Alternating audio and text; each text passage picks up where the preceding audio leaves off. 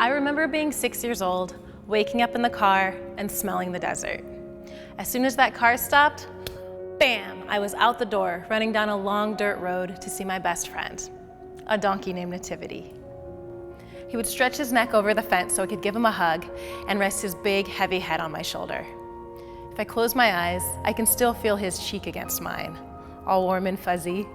And for a second, I get that all-encompassing feeling of love and happiness I felt as a kid. Nativity lived on my grandmother's farm. I loved our trips there. My brother and I would ride around in a wheelbarrow, throwing kibble to feed all the dogs.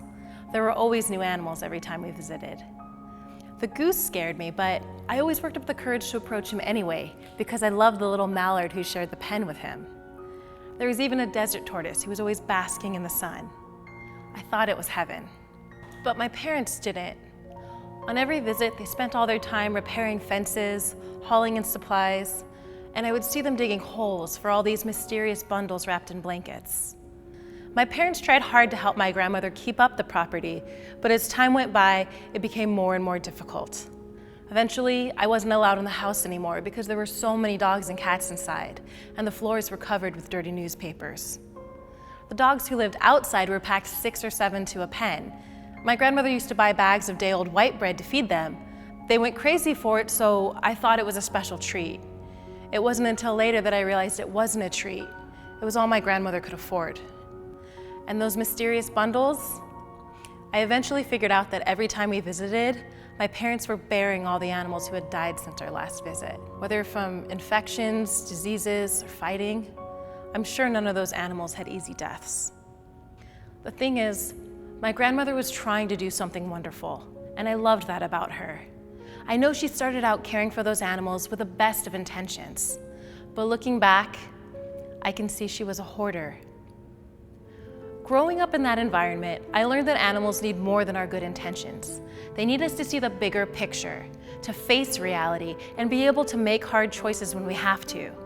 That's why I come to work at PETA every day, because I want to do something that actually makes the world better for animals, even if it isn't always easy or doesn't always feel good.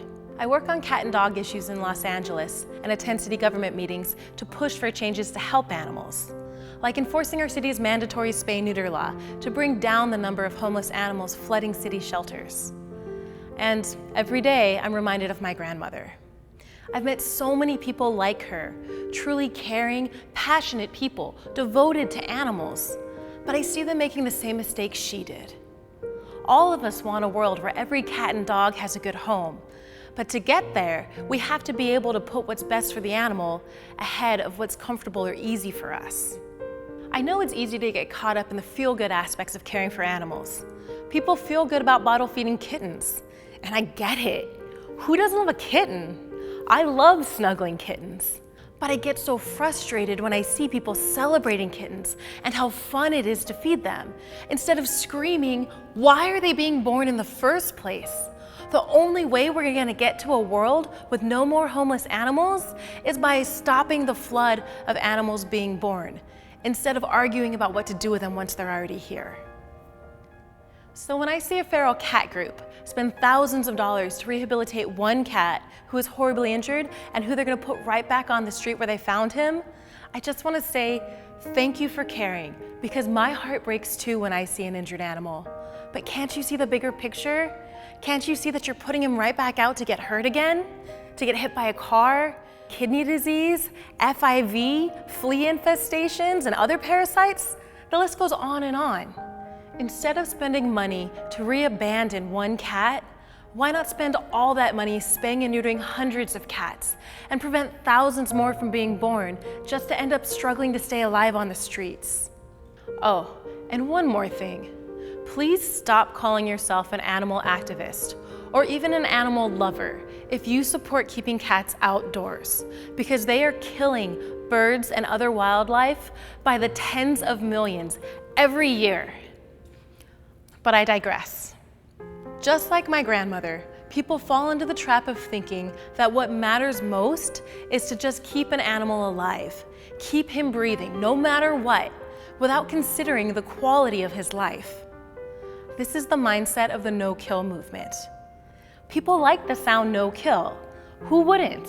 But many of those kind people don't see what happens to all the unwanted animals who are turned away by no-kill shelters, abandoned and left to die badly on the streets and out of sight.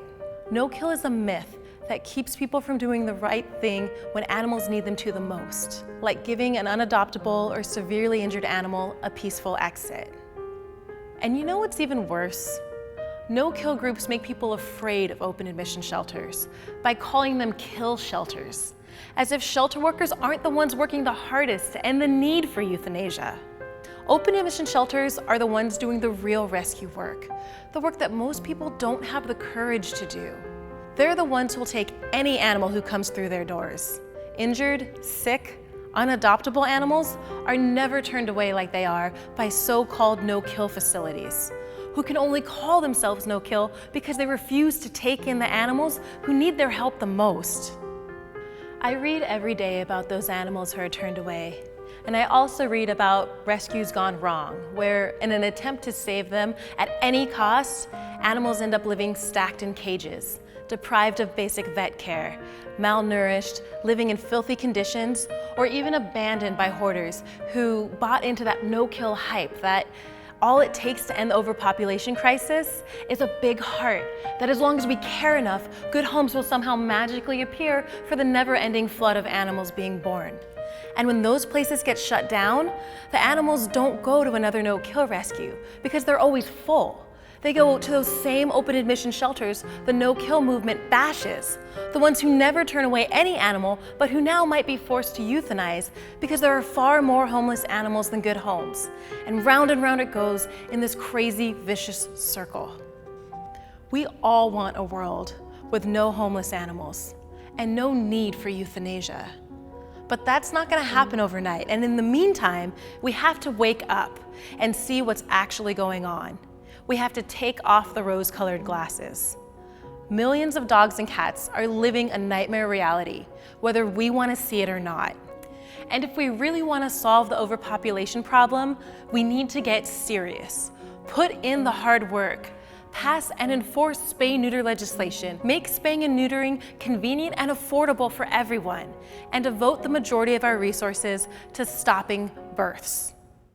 I'm grateful to my grandmother for sparking that love of animals in me at such a young age. And in a strange way, I'm even more grateful that I was exposed to all the things that she did wrong. For seeing the crowded pens, smelling the urine-soaked newspapers, and that feeling of helplessness I felt every time I saw those bundles. No longer wondering what they were, but who they were. Those memories, those experiences are forever a part of me, and it's why I won't stop urging people to look beyond the feel-good slogans and get down to the real solutions. We have to be brave enough to face the same reality animals are forced to live in every day, and to do something about it. Thank you.